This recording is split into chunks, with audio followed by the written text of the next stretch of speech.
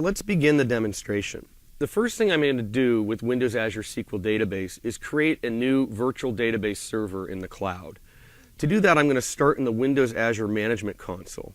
And that is an HTML5 management console. So you can actually manage Windows Azure and Windows Azure SQL databases from any device that renders HTML5, whether that's a cell phone or a tablet or a PC, it doesn't matter. So here's the management console. And you'll notice that we have a tab here for SQL databases. These are my Windows Azure SQL databases.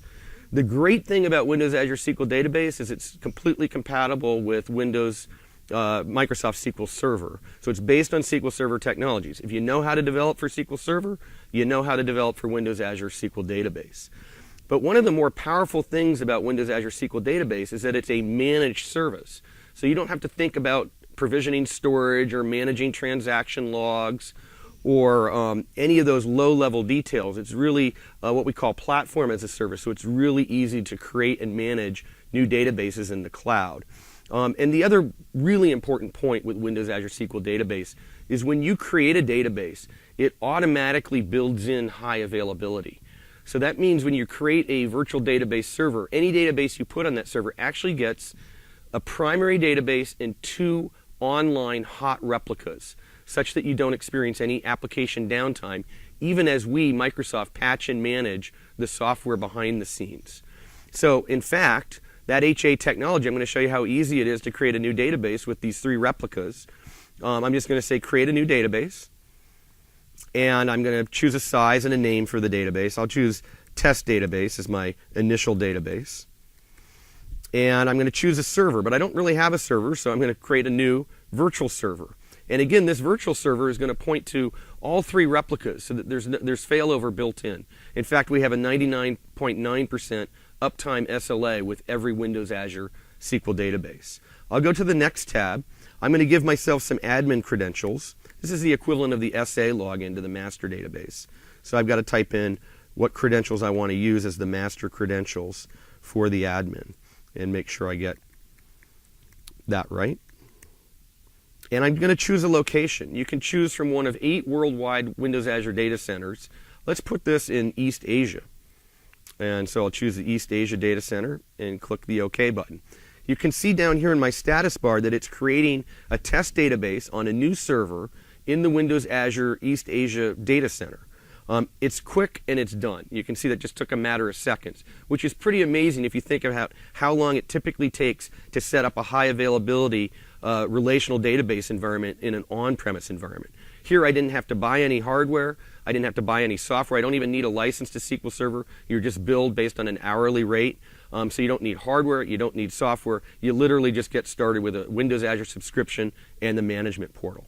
So now that I've created my test database and my server, I can go to the Servers tab and see that my server's been given a logical name. I'm going to go ahead and click on that server. I'm going to do a quick configuration here. Windows Azure SQL Database has a built-in firewall. So if I want client tools like SQL Server Management Studio or Visual Studio to access it, I need to allow different IP addresses as client IP addresses to access that database. So it's very secure by default. But I'm going to go ahead and give this a rule of all. And I'm just going to go ahead and add an IP address range. And we'll make this just a full range here. And we'll save that rule off. And now I will be able to access this database from different client PCs running all the different SQL Server tools. Now the next thing I'm going to do is I'm going to transition from the management portal right to Visual Studio 2013. And I'm going to show off some powerful features of Visual Studio 2013 called the SQL Server Data Tools. So here is Visual Studio 2013. And the first thing that you'll notice is integrated into Visual Studio 2013 is a SQL Server Object Explorer. This is part of the SQL Server Data Tools. And I can go up and connect to this new server that I created. So if I go over and I see that the server, if I go to my dashboard, I can see my server name is this logical name. This is just a connection string. So I'm going to copy that connection string out into Visual Studio and create a new connection to this Windows Azure SQL database. I'll paste that server name in. I'll type in my management credentials. And I'll say, remember my password and connect up to this Windows Azure SQL database. directly from within Visual Studio 2013. I can now open up this server, and I can see the databases that are in it. And remember, we just created a blank database called test database. So that's the only database in it. And there's no tables or anything yet defined in this test database. Instead of creating a new test database, I thought I would do something more exciting, which is migrate an on-premise database into Windows Azure SQL database using Visual Studio 2013. So what I'm going to do is I'm going to go ahead and establish a connection to an on-premise database just by clicking the Add Connection button. And this time I'm going to connect up to my local machine that's running full-on SQL Server 2014. And I'm going to connect up.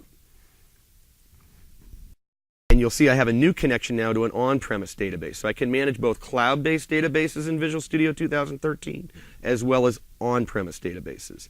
And here I've got an existing database called the Stock Trader Account Database. I can open it up and see that it's got some tables defined. For any table, I can open up the table and get designers that show me the actual schema for that table. I can change the schema if I want, either via T-SQL or the Query Designer. But what I'm going to do is actually migrate this to a Visual Studio database project. So I'm just going to right-click on that database. I'm going to say Create New Project. And I'm going to name this project Azure Stock Trader DB because I'm migrating it from on-prem to the cloud with Windows Azure.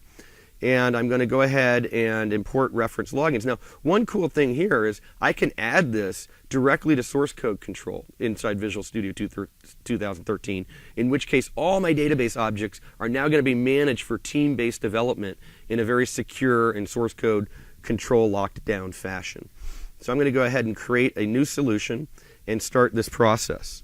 I'm going to get a wizard that's now going to create a new solution that I can use for offline development and schema changes for this database, including my migration from on-prem to the cloud.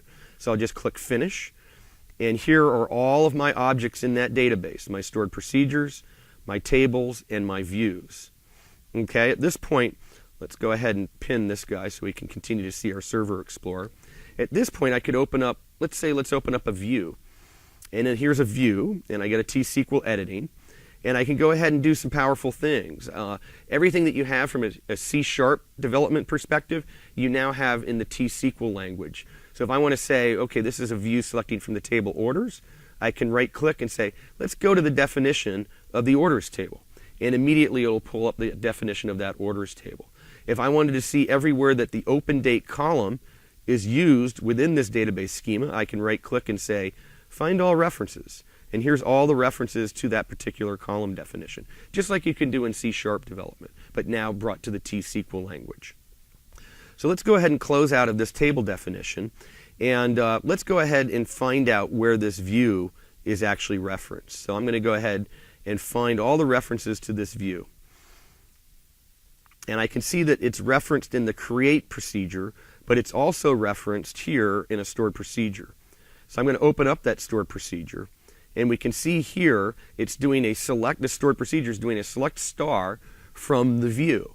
Well, if you're a SQL database administrator or developer, you know that doing select stars is really kind of a bad practice. You really want to specify the actual individual columns when you do a select. So I can hover over that star, and you can see the level of IntelliSense that we've got built in here in Visual Studio. It shows me the actual columns when I hover over that star that are part of this view. But better yet, I can simply right-click and refactor and say expand those wildcards and apply that, and it'll change it to a proper SQL statement using the actual columns from the view. So there's one change I've made to this schema in my project. Let's go ahead now and close out of this and go into the table orders, and go into the designer. So I'm going to say View Designer. And what I'm going to do in the designer here is go ahead and add a new column. So let's scroll down here and add a new column, and I'll just call it New Column. And it recognizes all the SQL Server types, so I'll just go with NCAR, and I'll go ahead and save this off. Okay, so that's saved. So I've now made two changes to my schema in my offline development project. You know, once you start making changes to schema, oftentimes you want to know if that schema differs from your source database or other databases you have deployed. And that's called schema drift. So what I'm going to do now is I'm going to compare the new schema to the original source schema using something really cool called schema compare. I'm going to right click on my project and I'm going to bring up the schema compare tool. Okay, I'm going to go ahead now and choose my target as my project. I'm sorry, my source as my project as my source, and then I'm going to select the target database. The target database is going to be my original source database. That's the live database that I started with. So I'm going to choose that, and I'm just going to say OK. And now I'm going to choose compare. And what this is going to do is it's going to look at the entire schema for each of these databases and show me every individual difference that exists between these two schemas across every object in the database. So here you can see one of the things that I did is I added a new column, and it's highlighting that in yellow because it exists in my source database, but it doesn't exist in my original database. I can look at my stored procedure, and you can see again it exists in my source database because with all of the wildcards expanded. But in my original database, the live database, it still has the wildcard. If I wanted to update the target database and make these schemas exactly the same between the two, I just click the update button, and it will generate the update script. And once that script is generated, it will show me that I can go ahead and update the database. So at this point, my databases are updated and my schemas are equalized. Okay, the final thing that I want to do is I want to tie this all together by publishing this new database schema up to Windows Azure SQL Database in the cloud. So I'm going to go ahead and right-click on this project and bring up the project properties. And you'll notice here that we can target all sorts of different versions of SQL Server. In fact, with Visual Studio 2013, you'll also be able to soon target the new SQL Server 2014. But I'm going to change the target from 2012 to Windows Azure SQL Database. As soon as I change the target, I can do a build on this project to make sure that it will be a good schema that will deploy easily and smoothly to Windows Azure.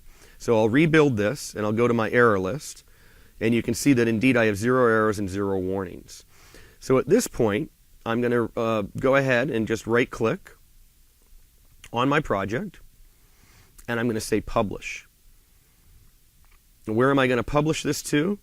I'm going to edit my target database connection, and it's going to be that server that I created in the beginning of the demonstration, and that's the server living in our Southeast Asia Windows Azure data center.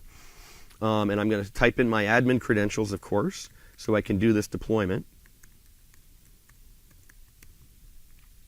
And I'm going to call it Azure Stock Trader DB. I'm going to say OK.